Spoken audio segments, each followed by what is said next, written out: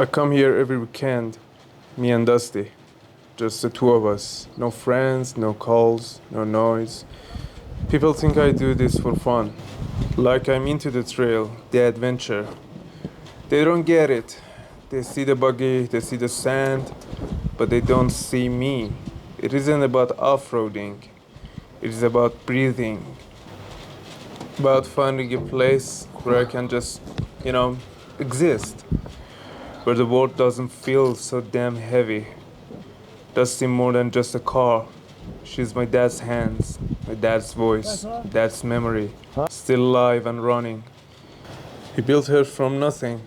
Spent months in garage, nights, weekends, cutting, welding, sewing, laughing. I was there, holding the flashlight, getting in the way, asking a million questions. He never got mad, just, big good smile. Said curious minds build strong hands. I didn't understand it then. I do now. I lost my mom when I was 4. Too young to understand death. Just know she wasn't coming back. 1 minute, she was there. Reading me bedtime stories. Next morning, silence. I cried for days, and he held me. And he never left my side. He became everything. Mom, dad, friend, protector, teacher. He worked 2 jobs, still made time to cook, to help me with school, to drive me to soccer, even when he was dead tired. But the desert? That was his happy place. He'd say, out there the world shuts down. And it did. No honking, no bills, no pressure, just us. And the sand. I love the sands. He taught me how to drive on the exact trail. I couldn't even see over the dash. He sat beside me, calm as ever. Told me when to brake, when to turn, when to trust the machine. That first drive, it was terrified. But he kept saying, you got this. Over and over. You got this, you got this. And I did it. I remember him laughing when I hit a bomb too hard. We almost flipped. He didn't care. Said, lesson learned, every scar tells a story. He had a lot of scars. Not just on his hands, on his soul. But he never showed it. Never complained. He was the strongest man I ever knew. And then he was gone.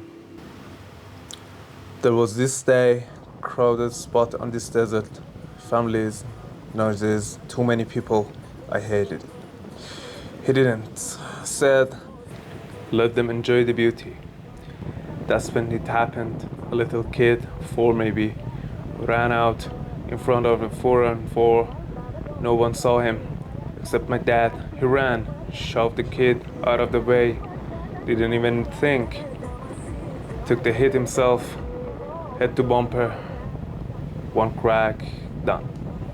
Yep. He was gone. I was right there. I saw everything. I screamed, but he didn't move.